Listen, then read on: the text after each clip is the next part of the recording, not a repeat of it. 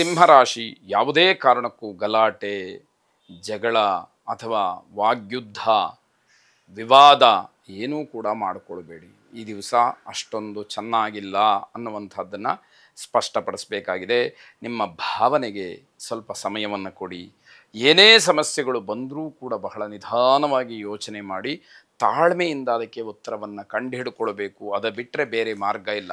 ಯಾವಾಗ ತಾಳ್ಮೆ ಕಡಿಮೆ ಮಾಡ್ಕೊಳ್ತೀರಿ, ಇನ್ನಷ್ಟು ಮತ್ತಷ್ಟು ವಿಕೋಪಗಳು ಹೆಚ್ಚಾಗುವಂಥದ್ದೇ ಆಗಿ ಹೋಗುತ್ತೆ.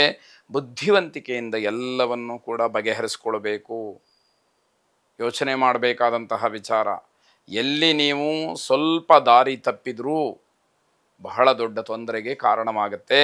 ಜಾಗ್ರತೆಯಿಂದ ವರ್ತಿಸಿ. ಶಾಂತಿ ಸಮಾಧಾನವೇ ಬಹಳ ಮುಖ್ಯ ಅಂತ ಹೇಳಿ ತಿಳ್ಕೊಳ್ಬೇಕಾದಂಥದ್ದು. ಅದೇ ನಿಮಗೆ ದಿವ್ಯ ಔಷಧ. ಅದನ್ನು ಹೊರತಾಗಿ ಬೇರೆ ಇಲ್ಲ. ನೀವು ಅದನ್ನು ಮರ್ತ್ರಿ, ಅದನ್ನು ಉಲ್ಲಂಘನೆ ಮಾಡಿದ್ರಿ, ತೊಂದರೆಗೆ ಕಾರಣವಾಗುತ್ತೆ.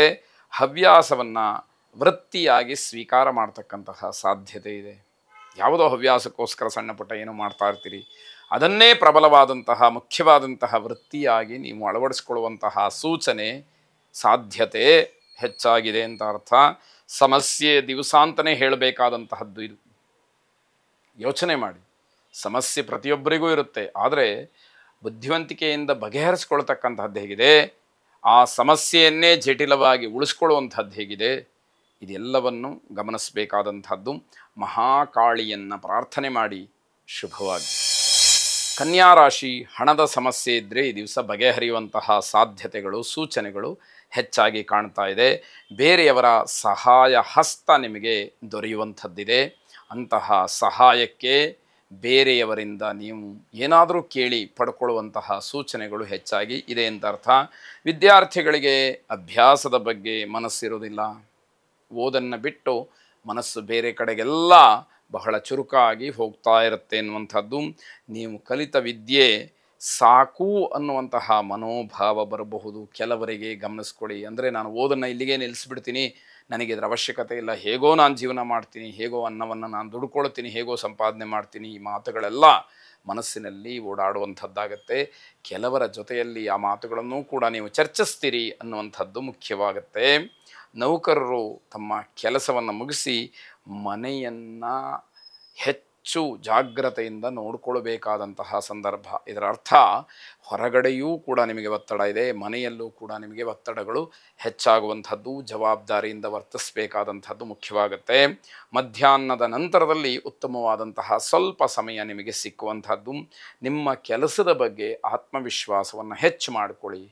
ನಾನು ಈ ಕೆಲಸದಿಂದ, ಈ ವೃತ್ತಿಯಿಂದ, ಈ ನೌಕರಿಯಿಂದ, ಈ ಉದ್ಯೋಗದಿಂದ ಅನ್ನ ತಿಂತಾ ಇದ್ದೀನಿ, ನಾನು ಇಲ್ಲಿ ಸರಿಯಾಗಿ ಕಲಿತು ಇಲ್ಲೇ ಇದ್ದು ಬೆಳೆದು ಇಲ್ಲಿಗೂ ಗೌರವ ತರುವುದರ ಜೊತೆಗೆ ನಾನು ಕೂಡ 4 ಕಾಸನ್ನು ಸಂಪಾದನೆ ಮಾಡಬೇಕು, ಒಳ್ಳೆಯದಾದಂತಹ ರೀತಿಯಲ್ಲಿ ಜೀವನವನ್ನು ನಡೆಸಬೇಕು ಅನ್ನುವಂತಹ ಸಂಕಲ್ಪ, ಆ ಒಂದು ಛಲ ಮನಸ್ಸಿನಲ್ಲಿ ಗಟ್ಟಿಯಾಗಲಿ. ಮಾರ್ಕೆಟಿಂಗ್ ಮಾಡುವಂಥವ್ರಿಗೆ ಲಾಭದ ಸಮಯ. ಅದರಲ್ಲೂ ಕೂಡ ವಿಶೇಷವಾಗಿ ಕಮಿಷನ್ ಏಜೆಂಟ್ಸ್ಗಳಿಗೆ ವಿಶೇಷವಾದ ಲಾಭ ಸಿಕ್ಕುವಂಥದ್ದು. ಅಯ್ಯಪ್ಪ ಸ್ವಾಮಿಯನ್ನು ಪ್ರಾರ್ಥನೆ ಮಾಡಿ. ಶುಭವಾಗಿ. ತುಲಾರಾಶಿ, ಗೌರವ, ಸನ್ಮಾನ, ಮರ್ಯಾದೆ ಇವೆಲ್ಲವೂ ಕೂಡ ನಿಮ್ಮ ವೃತ್ತಿಗೆ, ನಿಮ್ಮ ವಿದ್ಯೆಗೆ, ಬುದ್ಧಿಗೆ ಅನುಗುಣವಾಗಿ ನಿಮಗೆ ಪ್ರಾಪ್ತವಾಗ್ತಕ್ಕಂತಹ ದಿವಸ. ನೌಕರಿಯಲ್ಲಿ, ಮನೆಯಲ್ಲಿ ವಿಶೇಷವಾದಂತಹ ಸ್ಥಾನಮಾನಕ್ಕೆ, ಪೂಜ್ಯವಾದಂತಹ ಸ್ಥಾನಕ್ಕೆ ಗೌರವ ಭಾಜನರಾಗ್ತೀರಿ ಅಂತ ಹೇಳಬೇಕು. ಭಾಷಾ ಪ್ರವೀಣರಿಗೆ ಅತ್ಯಂತ ಶುಭವಾದಂತಹ ದಿವಸ ಇದಾಗಿದೆ. ನಿಮ್ಮದೇ ಆದಂತಹ ರೀತಿಯಲ್ಲಿ ಒಂದಷ್ಟು ವಿಚಾರಗಳನ್ನು ಸಮಾಜಕ್ಕೆ ಸಂದೇಶವಾಗಿ ಕೊಡಬಹುದಾದಂತಹ ಸಂದರ್ಭಗಳು ಒದಗಿ ಬರುತ್ತೆ. ಅದರಿಂದ ಗೌರವ ತನ್ನಿಂದ ತಾನೇ ಹೆಚ್ಚಾಗ್ತಕ್ಕಂಥದ್ದು.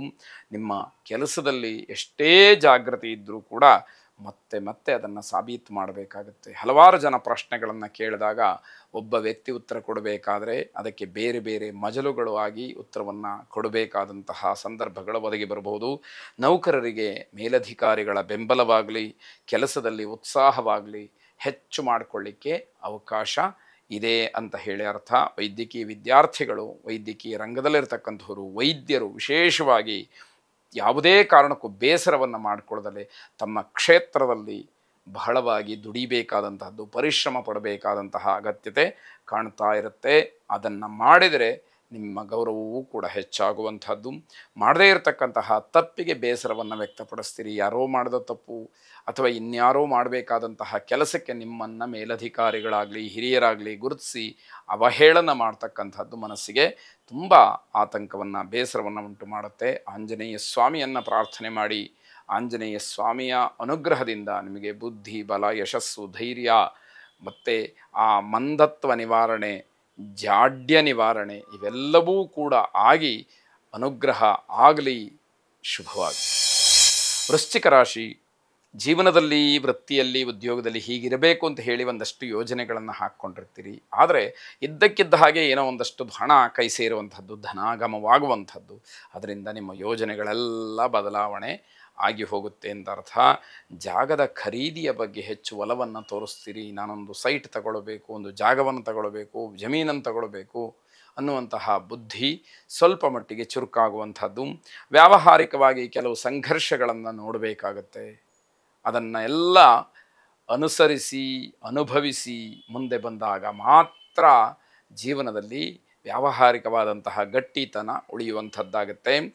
ಹಲವಾರು ವಸ್ತುಗಳನ್ನು ಆಮದು ಮಾಡಿಕೊಳ್ತಕ್ಕಂತಹ ವಿಚಾರದಲ್ಲಿ ಒಡಂಬಡಿಕೆಗಳು ಆಗತಕ್ಕಂತಹ ಸಾಧ್ಯತೆ. ಕೆಲವು ವಸ್ತುಗಳನ್ನು ನಾವು ತರಿಸ್ಕೊಳ್ಳುವಂಥದ್ದು, ತರಿಸಿಕೊಂಡು ಬೇರೆಯವರಿಗೆ ಕೊಡುವಂಥದ್ದು, ಅದು ಒಂದು ರೀತಿಯಲ್ಲಿ ಕಮಿಷನ್ ಏಜೆಂಟ್ಸ್ ಅಂತ ಇರಿ ಅನ್ನುವ ರೀತಿಯಲ್ಲಿ ಹೇಳಬೇಕಾಗತ್ತೆ. ಅಂಥವರಿಗೆ ಅನುಕೂಲ ಇರುವಂಥದ್ದು. ತುಂಬ ಓಡಾಟ ತಿರುಗಾಟಗಳು ಇರತಕ್ಕಂತಹ ದಿವಸ. ಕಾನೂನಿಗೆ ಸಂಬಂಧಪಟ್ಟಂತಹ ವಿಚಾರದಲ್ಲಿ ಸ್ವಲ್ಪ ಮಟ್ಟಿಗೆ ಜಾಗ್ರತೆಯನ್ನು ವಹಿಸಬೇಕಾಗತ್ತೆ. ಮನೆಯಲ್ಲಿ ಸಾಕು ಪ್ರಾಣಿಗಳಿದ್ದೇ ಎಚ್ಚರಿಕೆ ಇರಲಿ. ನೀವೇ ಸಾಕಿದಂತಹ ಪ್ರಾಣಿಗಳು ಹುಟ್ಟಿದಾಗಲಿಂದ ನೋಡ್ತಿರ್ತೀರಿ. ಆದರೆ ನಿಮ್ಮ ಗ್ರಹಚಾರ ಕೆಟ್ಟಿದೆ ಅಂತಾದಾಗ ಒಂದು ಹುಲುಕಡ್ಡಿಯಿಂದಲಾದರೂ ಕೂಡ ತೊಂದರೆ ಆಗೇ ಆಗತ್ತೆ ಅನ್ನುವಂತಹದ್ದನ್ನು ನಿಮಗೆ ಗೊತ್ತಿರಲಿ. ವ್ಯಾಪಾರಸ್ಥರಿಗೆ ಆದಾಯ ಹೆಚ್ಚಾಗ್ತಕ್ಕಂತಹ ದಿವಸ ಇದು. ಕಾಲಭೈರವನನ್ನು ವಿಶೇಷವಾಗಿ ಪ್ರಾರ್ಥನೆ ಮಾಡಿ. ಶುಭವಾಗಿ.